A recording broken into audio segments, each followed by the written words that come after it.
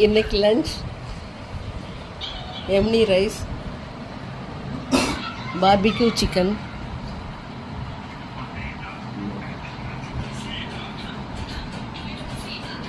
Lime onion, mayonnaise. இன்றைக்கி இது எங்களோட லஞ்ச். எம்னி ரைஸ் சூப்பராக இருக்குது. அதை விட பார்பிக்யூ அதை விட சூப்பராக இருக்குது.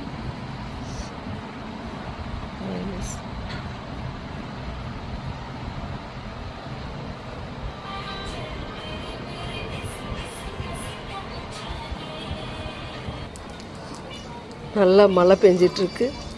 சாப்பாடு சூப்பராக இருக்குது.